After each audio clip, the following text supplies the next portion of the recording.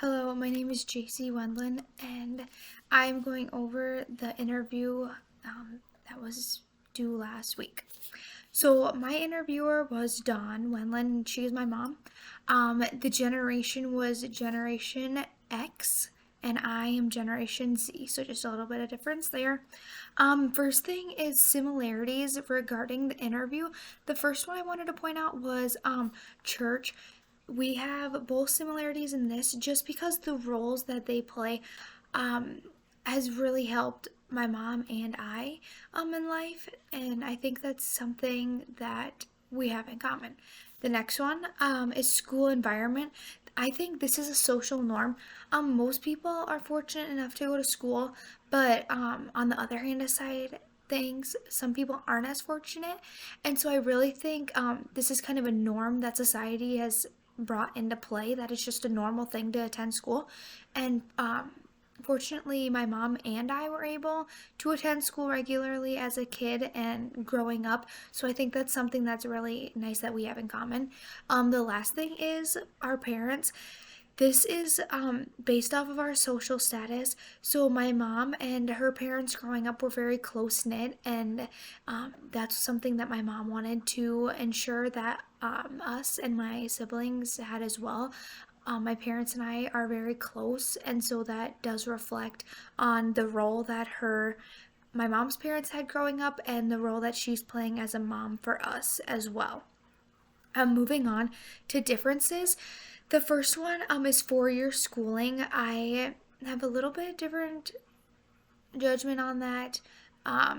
The social norm is for sure. She mentioned growing up, the social norm was to go to a 4 year school, and the technical school, sort of say, was not something that was necessarily thought about.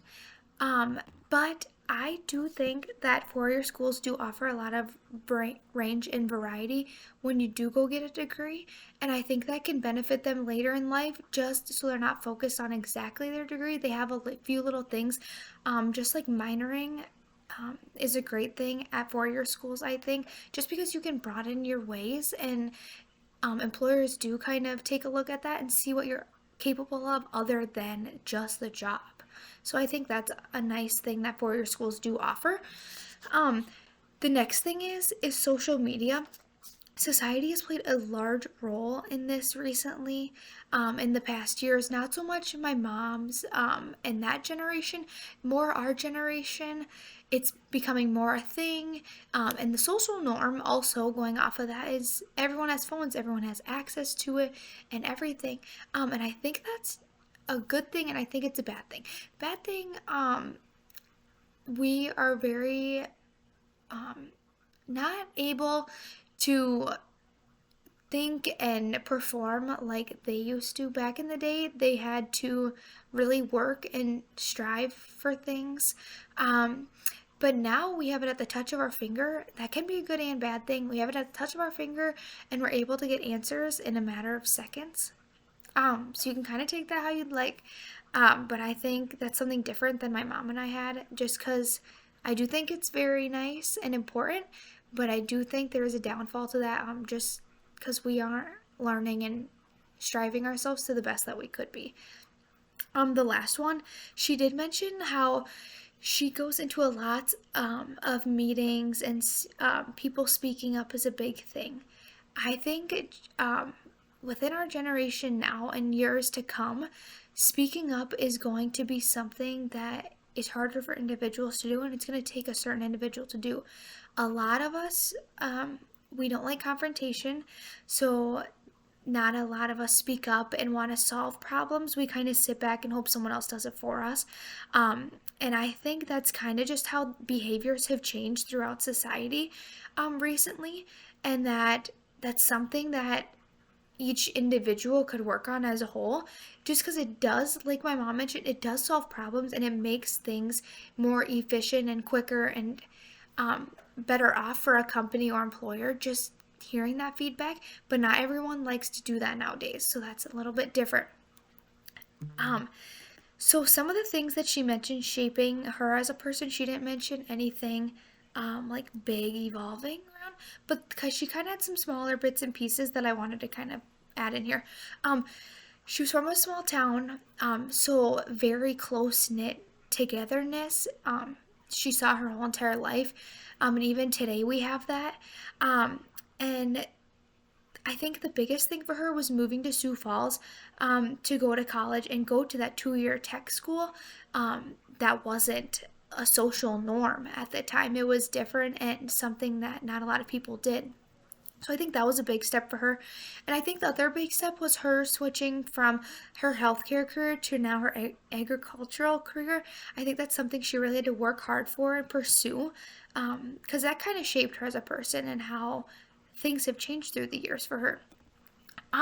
Some quotes that we have. The first one says, as you consider working with diverse generations, both younger and older, in your career, what values, beliefs, or social norms cause the most conflict and why? Her response was, as I went from being the youngest coworker to the oldest, I realized that people don't give credit to the older generation for their knowledge that they have and the life lessons that they have through their ups and downs. Um, I think this really does apply.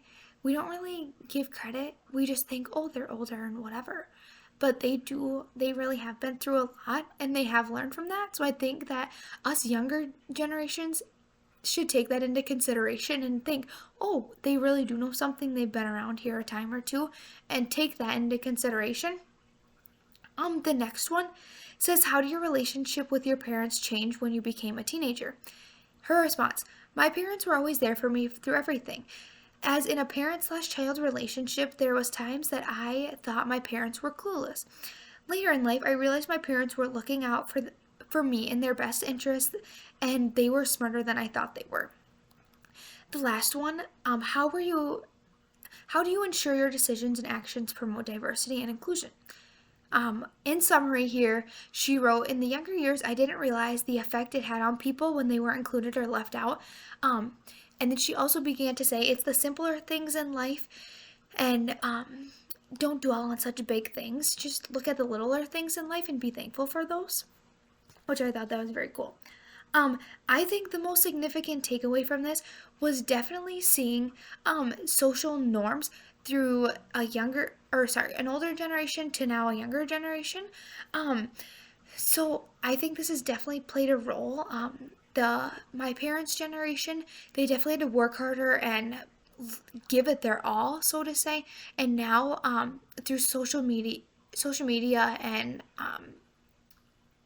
as a whole, I guess you could say, has definitely changed, and we have things at the snap of our finger. That is something that could probably benefit my parents' generation as well. But I think it was cool just to kind of see the differences on how they lived their life and kind of the things that were different with them, and then how our life has changed so much. And there's different like roles as they taught us and just different things like that. Thank you.